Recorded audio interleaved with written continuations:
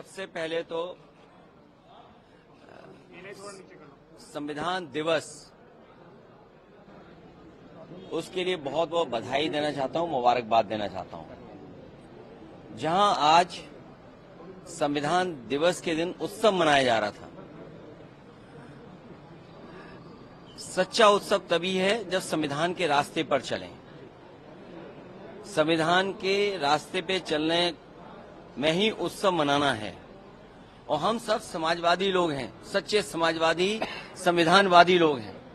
हम वो समाजवादी लोग नहीं जो संविधान को कोरा कागज समझते हों। ये संविधान जिसने हमें रास्ता दिखाया, बाबा साहब भीमराव अम्बेडकर जी का संविधान, जिससे हमें समय समय पे अधिकार मिलते हैं। हमारी संविधान रक्षा करता है। संविधान हमारा संजीवनी है। संविधान हमारे पीढ़ी का प्रकाश स्तंभ है। तो संविधान के प्रति हमारा पूरा सम्मान है।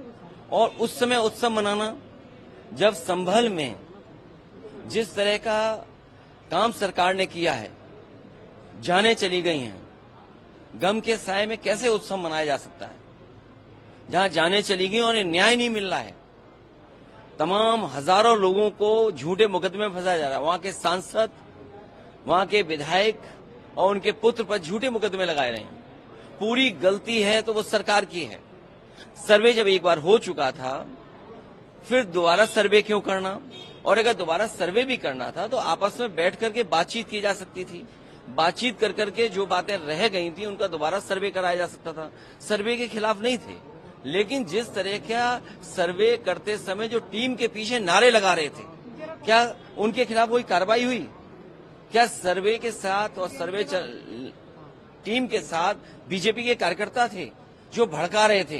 क्या उनके पास ऊपर कार्रवाई हुई? क्या उनको गिरफ्तार किया गया? क्या उनको जेल भेज दिया गया? विपक्ष न जाए वहां पे।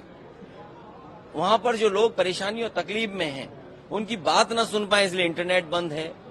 वहां पर कोई जा नहीं सकता है। हमारे दो लीडर ऑपोजिशन हैं, दोनों हाउस के, दोनों जाना चाहते हैं आज, लेकिन दोनों को जाने की परमिशन नहीं दे रहे हैं। अगर हम भी यहां से चल दें, मान लीजिए अभी गेट बंद कर देंगे, हमारे सभी सांसद चाहते हैं कि हम जाएं आज संभल। अगर हम संभल जाने के कहेंगे तो कहेंगे संविधान नहीं मानते, कानून नहीं मानते, सरकार का नहीं मानते। तो ये भारतीय जनता पार्टी के वो लोग हैं जो मन विधान से चलना चाहते हैं, संविधान से नहीं।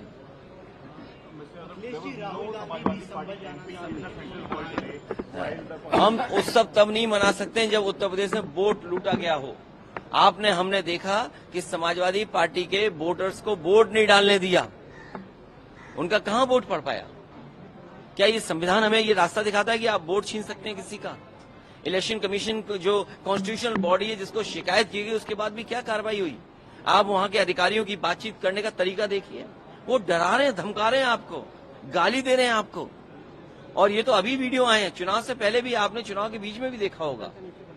क्या एक महिला जो वोट डालना चाहती है तो उसको रिवॉल्वर से आप रोकेंगे?